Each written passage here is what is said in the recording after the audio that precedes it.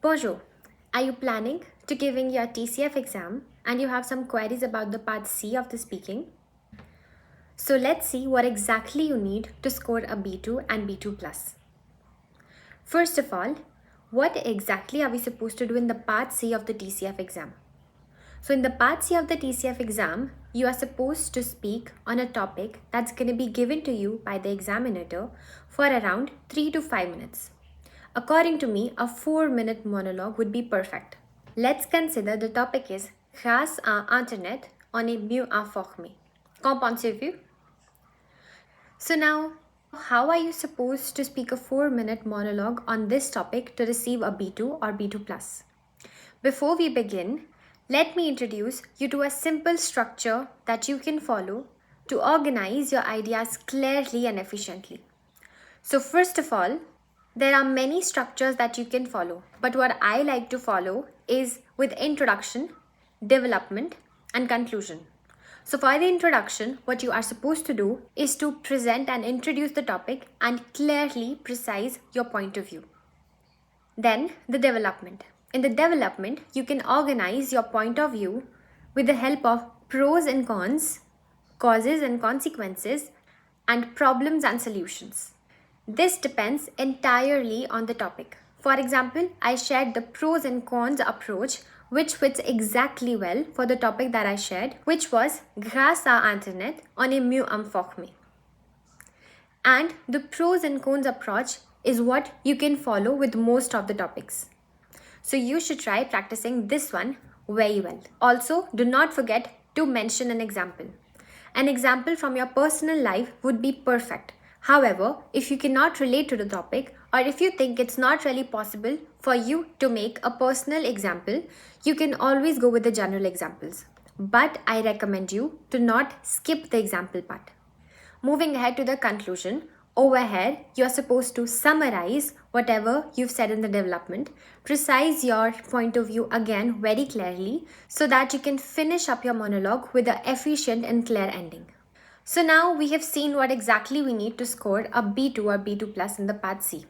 But before actually seeing how the part C is gonna look like, let's see what you need to say and make sure to receive a B2. So the first and the most important thing is grammar. Grammar is extremely important, especially the conjugations, the articles such as article partitif and contracté, with which students make the most errors. Even if your vocabulary may be a C1 or even a C2 level, but if your grammar is not correct, it's not really going to help you. On the other hand, it might seem like that what you're speaking is much more memorized. The second one is a good structure. A good structure helps the examiner to understand where exactly your point of view is beginning and where it is ending. Also, he can very clearly understand what exactly your point of view is and what you're talking about. Think of this as organizing your wardrobe. No one wants to have a look at the messy wardrobe, even if the clothes are expensive. But if everything is well organized, even the simple looking clothes look good. So with the structure, what I mean is using connectors, being able to end and begin the phrases according to the need, and the example that we are going to see fits perfectly well for a good and maintained structure. The third one is comprehension. Even if it is the third point, it is as important as grammar. And why is that? Because even if you go ahead speaking for 4 minutes on a topic, but it has nothing to do with the topic that the examiner gave you, it's not going to help you. Even if the structure is perfect, even if your vocabulary is perfect, even if your grammar is perfect.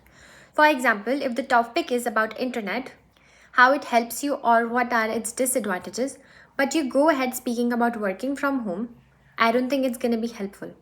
At the contrary, it can sound memorized and can lead to losing marks. The fourth one is the pronunciation. This part is worth mentioning because this is the most common mistakes made by most of the students. Often, you don't even realize you are making a mistake because in your mind you are pronouncing it correctly. And that is the reason why you need regular feedback or you need to listen to native speakers. Because even if your vocabulary is correct, even if you're conjugating the word correct in your mind, but if you're not pronouncing it correct, it's the same thing. So These were the main 4 things that you need to score a B2. But there is one more point that is worth mentioning and is a very common mistake, and maybe you can relate to it. It is translation from English to French. You should definitely avoid translating from English to French. And that's because no language can be translated word to word. I totally understand that we all need a language to rely on when learning another language. But in this process, it is very important that you understand that the preposition, the conjugations, and other grammar rules are different for each language. So, it is very important to understand how they are naturally used in French. And if this is a mistake you can relate to, or you rely too much on translation, I recommend first of all listening to the news reports because that's very efficient for the exam.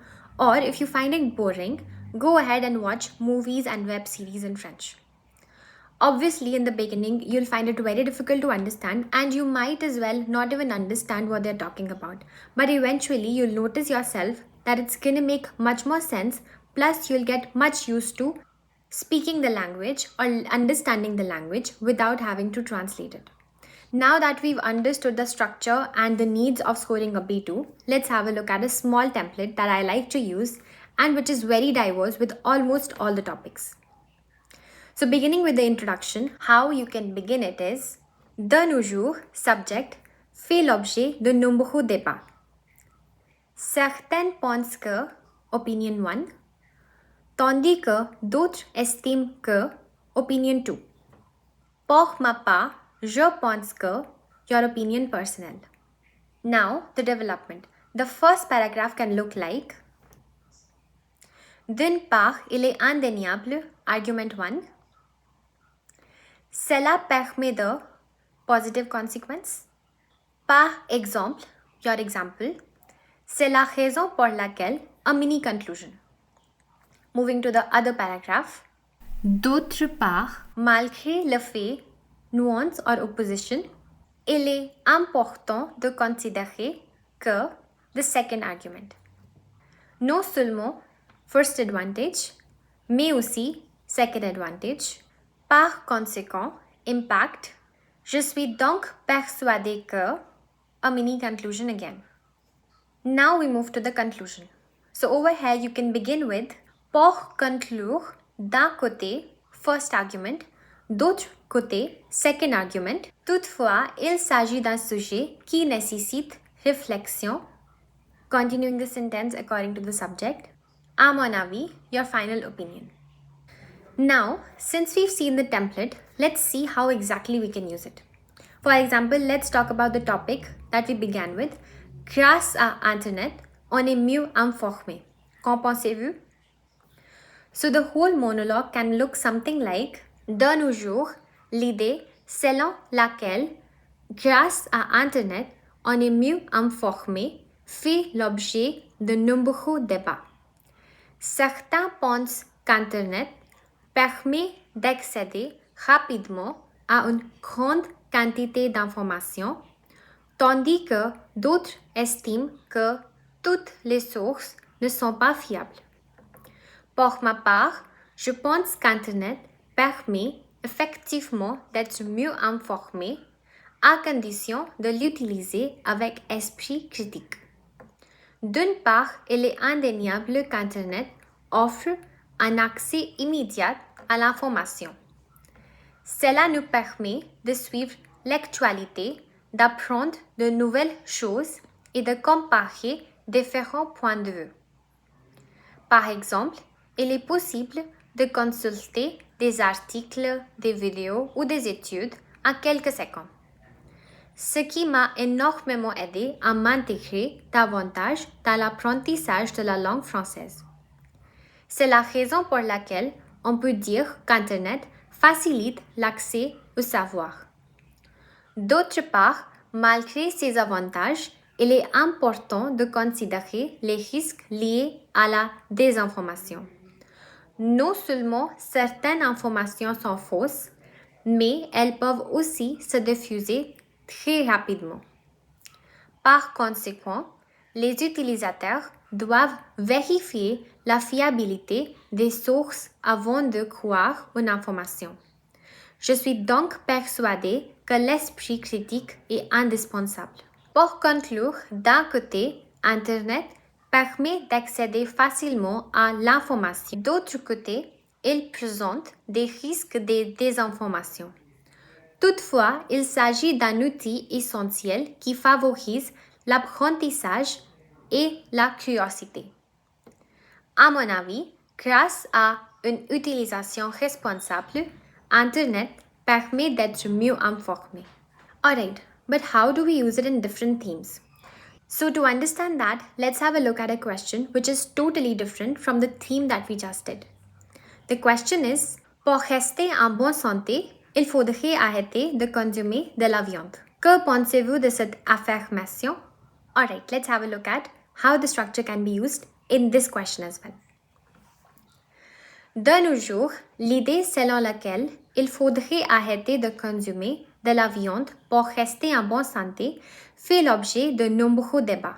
Certains pensent qu'un régime végétarien est plus bénéfique pour la santé, tandis que d'autres estiment que la viande reste une source importante de nutriments. Pour ma part, je pense qu'il n'est pas nécessaire d'arrêter complètement la consommation de viande, mais il est préférable de la réduire. D'une part, il est indéniable qu'une consommation excessive de viande peut avoir des effets négatifs sur la santé. Cela peut entraîner des risques de maladies cardiovasculaires ou d'autres problèmes liés à une alimentation déséquilibrée. Par exemple, certaines viandes transformées contiennent beaucoup de sel et de graisse, qui sont davantage liées à des maladies graves telles que les maladies cardiovasculaires. C'est la raison pour laquelle il est recommandé de limiter leur consommation. D'autre part, malgré ces inconvénients, la viande possède également des avantages nutritionnels. Non seulement elle apporte des protéines de qualité, mais elle contient aussi du fer et des vitamines essentielles.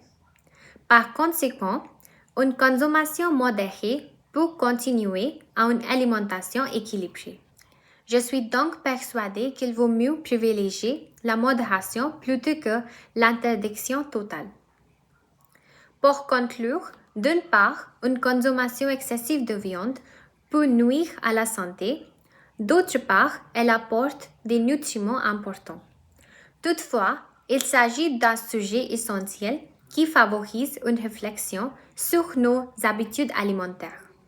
À mon avis, réduire la consommation de viande tout en adoptant une alimentation variée est la meilleure solution. So over here we highlighted two topics, technology and food. Now to understand better, let's have a look at one more topic. The third topic is, certaines matières sont plus utiles que d'autres. Qu'en pensez-vous? Alright, let's have a look at how to use the structure to answer this question. De nos jours, l'idée selon laquelle certaines matières sont plus utiles que d'autres fait l'objet de nombreux débats. Certains pensent que les professions liées à la santé ou à l'éducation sont essentielles, tandis que d'autres estiment que toutes les matières contribuent au bon fonctionnement de la société. Pour ma part, je pense que certaines matières semblent plus utiles, mais que chaque profession joue un rôle important. D'une part, il est indéniable que certaines professions répondent à des besoins fondamentaux. Cela concerne notamment les médecins, les enseignants et les pompiers, qui contribuent directement au bien-être et à la sécurité de la population. Par exemple, les professionnels de la santé sauvent des vies et améliorent la qualité de vie. Ainsi, beaucoup de personnes envisagent de suivre ce métier davantage afin d'aider les autres.